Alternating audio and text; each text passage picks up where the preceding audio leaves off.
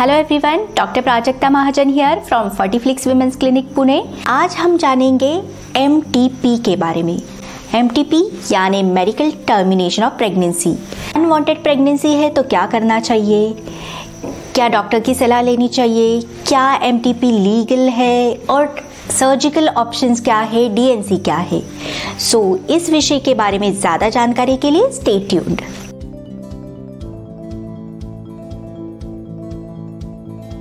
India में 1971 में MTP act के अकॉर्डिंग अनवांटेड प्रेगनेंसी के लिए अबॉर्शन करवाना लीगल है। MTP के लिए गवर्नमेंट लॉज के अकॉर्डिंग 20 वीक्स की लिमिट पहले सरकार ने सेट की थी, लेकिन ये एज लिमिट रिवाइज करके 2021 से 24 वीक्स तक एक्सटेंड की गई है।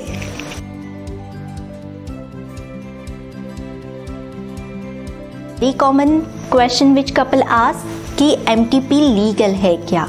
इंडिया में MTP ये लीगल है।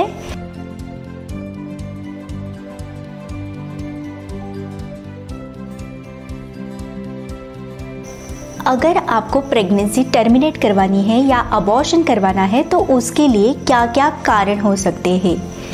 कपल को प्रेगनेंसी नहीं चाहिए यानी अनवांटेड है तो टर्मिनेशन करा सकते हैं। किसी कारणवश कॉन्ट्रासेप्टिव पिल्स या फिर कॉन्डम ये वर्क नहीं किए और प्रेगनेंसी रह गई तो भी वो प्रेगनेंसी को टर्मिनेट कर सकते हैं।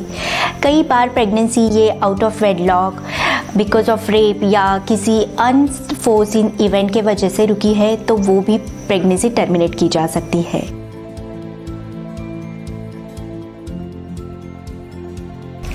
प्रेगनेंसी टर्मिनेशन की क्या प्रोसीजर है? ग्रॉसली प्रेगनेंसी टर्मिनेशन ये वीक वाइज डिसाइड होता है। जब भी किसी महिला के पीरियड मिस होते हैं तो पहली स्टेप रहती है यूरिन प्रेगनेंसी टेस्ट करना। अगर यूरिन प्रेगनेंसी टेस्ट पॉजिटिव आती है, प्रेगनेंसी कंफर्म करते हैं सोनोग्राफी से।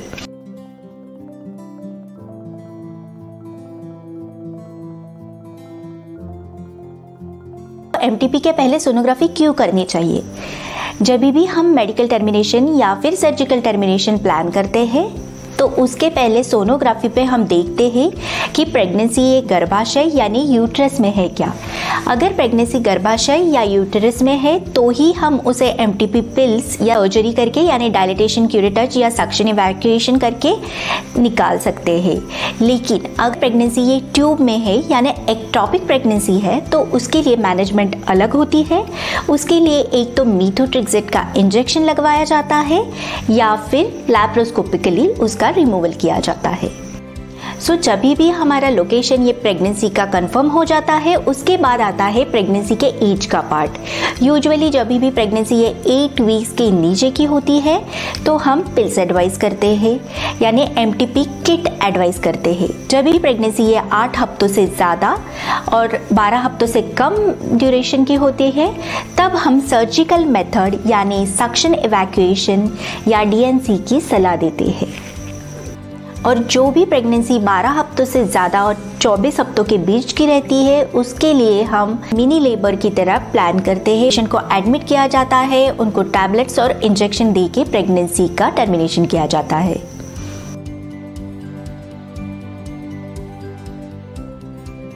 जानते हैं MTP किट के बारे में। MTP किट में 5 टैबलेट्स आती है। पहली टैबलेट रहती है मीफेप्रिस्टोन यानी एंटीप्रोजेस्टेरोन जो बच्चे के हार्ट बीट रुकाने के लिए हेल्प करती है। उसके बाद जो टैबलेट्स रहती है वो रहती है मीजोप्रोस्टोल जो कि ब्लीडिंग कॉज करती है और यूट्रस के कॉन्ट्रैक्शन कॉज करती है जिसके वजह से अंदर के प्रोडक्ट्स बाहर आने में हेल्प होती है। इसका शेड्यूल और इसका रूट यानी कब टैबलेट लेनी है, पर वजाइनल लेनी है, पर ओरल लेनी है, ये डॉक्टर डिसाइड करते हैं। ये MTP किट यूजुअली डॉक्टर की सलाह से ही लेने की एडवाइस दी जाती है।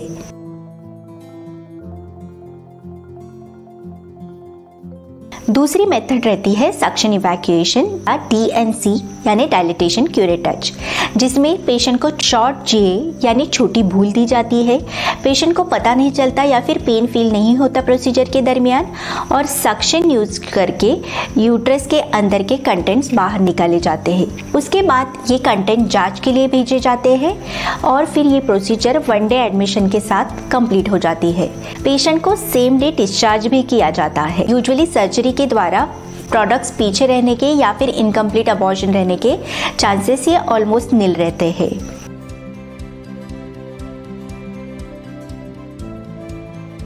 जब भी हम अबॉर्शन करवाते हैं तो उसके कोई प्रोलॉन्ग साइड इफ़ेक्ट नहीं देखे जाते। उसके साइड इफ़ेक्ट ये ट्रांजिएंट रहते हैं, जैसे कि आने वाले नेक्स्ट 1 या 2 मेंस्ट्रुअल साइकिल इरेगुलर होना, ब्लीडिंग थोड़ा ज़्यादा होना और पेनफुल पीरियड्स देखे जाते हैं। DNC के साथ कई बार ये एक साइड इफ़ेक्ट देखा जाता है कि DNC सर्जरी होती है तो उसके बाद यूट्रस के वॉल्स एक दूसरे को चिपक सकते हैं, जिसे एशरमैन सिंड्रोम कहा जाता है, और उसके बाद कई बार सब्सिक्वेंट प्रेगनेंसी में दिक्कत आ सकती है।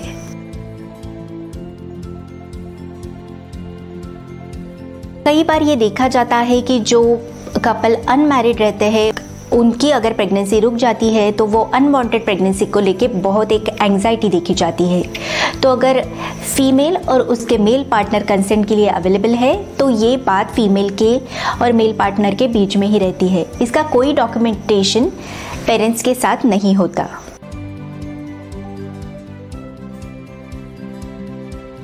पिल्स के साथ किए जाने वाले अबॉर्शन 15 दिन के बाद हम एक रिपीट सोनोग्राफी करने की सलाह देते हैं, जिसके साथ हम देखते हैं कि कहीं अबॉर्शन इनकम्प्लीट तो नहीं है।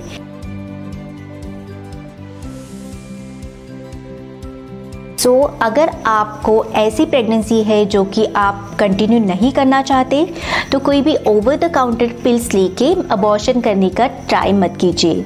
आप डॉक्टर के सलाह के अनुसार प्रोसीड कीजिए। अगर आपको इन्फॉर्मेशन अच्छी लगी तो please like, share and subscribe to our channel. और वुमेन्स हेल्थ रिलेटेड किसी अन्य विषय पे आप जानकारी चाहते हैं तो डू लेट अस नो।